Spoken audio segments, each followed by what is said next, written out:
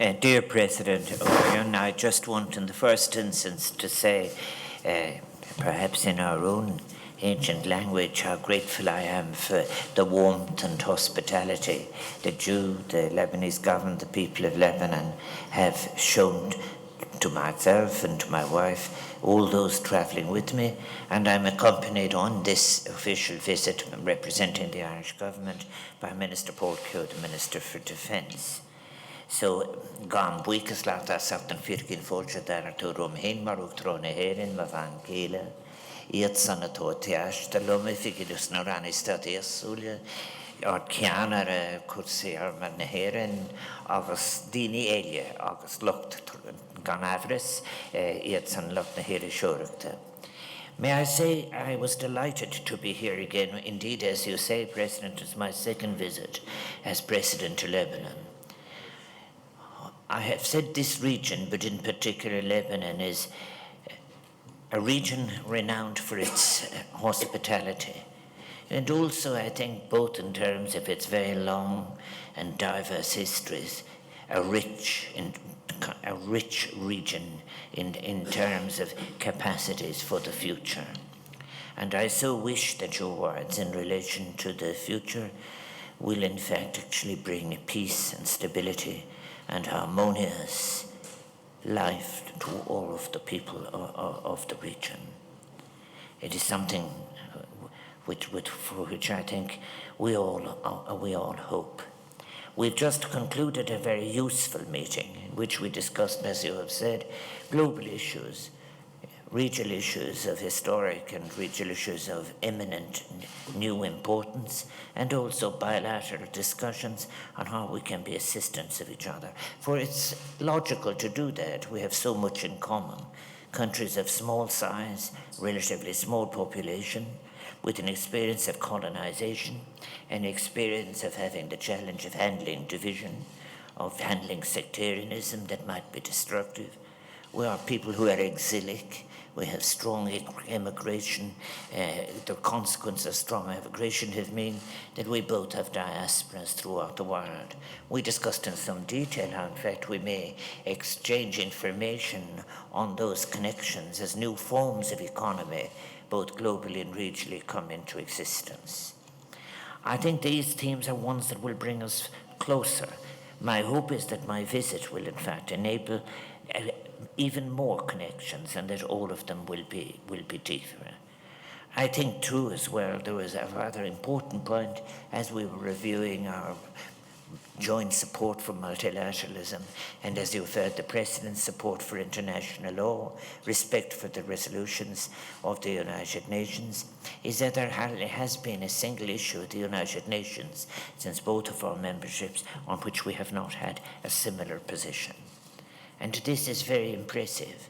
Indeed, I accepted as President of Ireland his warm thanks for that identification that has been made by the 70,000 individual jurors of duty, the 10,000 individuals who have participated in peacekeeping on behalf of Ireland in Lebanon. I think that this is something that is very important. The President is entirely right that Irish people are probably better informed than many Europeans on this region, because of course those who have served, women and men, when they go home have spoken not only of what they have experienced themselves, but of their connections with the villages and communities to which circumstances have brought them. I want to say as well that it is beyond peacekeeping. I agree with the President. We must look for solutions to problems that have endured for far too long in this region. As a young political science student, one of the early texts we were given to read was in fact the Lebanese Constitution with all its clever balances. I think it is very, very important for us not to suggest for even a second that what was in that document is not capable of being achieved and transcended by Lebanese people. It is not the case, really, of the people failing to live to the document. It is in case, for example, for new initiatives to be taken to transcend what has been achieved before. And I believe that this is very, very possible. requiring new initiatives and new thinking. And indeed, one of the reasons why the Academy, for which the President and I spoke in New York, the Academy for Human Encounters and Ideas, is so important, is that it gives us an opportunity of recognizing that when peace processes come to an end, they cannot be left like that. There must be some place of lodgement of both ideas and process, so that we do not have to come to an idea that there is any region in the world that is endemically pro-violence or in which the problems are intractable. They are not intractable. If we say they are, we're confessing a human failure. I think Ireland has, as I said, contributed humanitarian aid to the crisis in Syria. I think more than in Ireland, I think refuge as well to 1,700 Syrians who first sought asylum in Lebanon, and we will expect very shortly another 350 or so. Meeting these, and what has struck me as well, is what a great capacity they have, in fact, to offer any society in which they find themselves. People of intelligence, sensitivity, people who've had to do more than ordinary citizens because they have to care for others.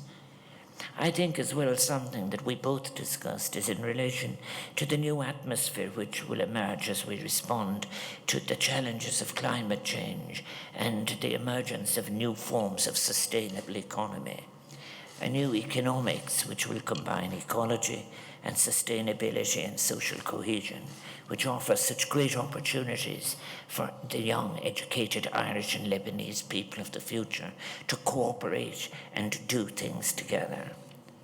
Ireland is very, very keen to support, to the fullest extent possible, the efforts of the Lebanese government to create a vibrant economy, which will be compatible, as I have said, with efforts to address climate change, ensure sustainability, and provide the social cohesion that is required for long-term stability.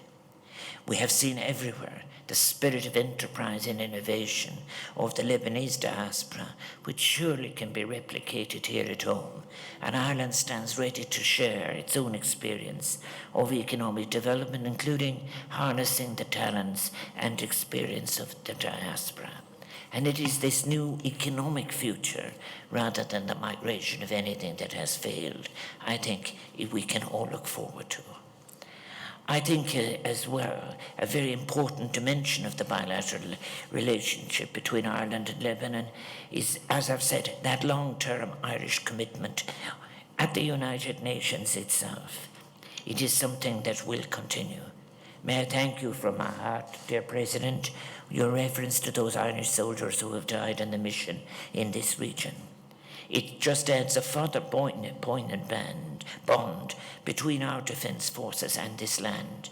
And it is yet a further reason for us to be able to assure you we will be continuing with our support for Lebanon, and we will be continuing with our support for peacekeeping. I think as well, in relation to your proposal, the Academy for Human Encounters and Dialogue at the United Nations General Assembly this year, it is one which, as President, I'm very, very glad to support, for what we need now is a forum for ideas that will generate not only words, but the capacity for such actions as will be able to create narratives of understanding that will enable us to embrace the future. Mar focal scoil chun críocha coalition made it all around.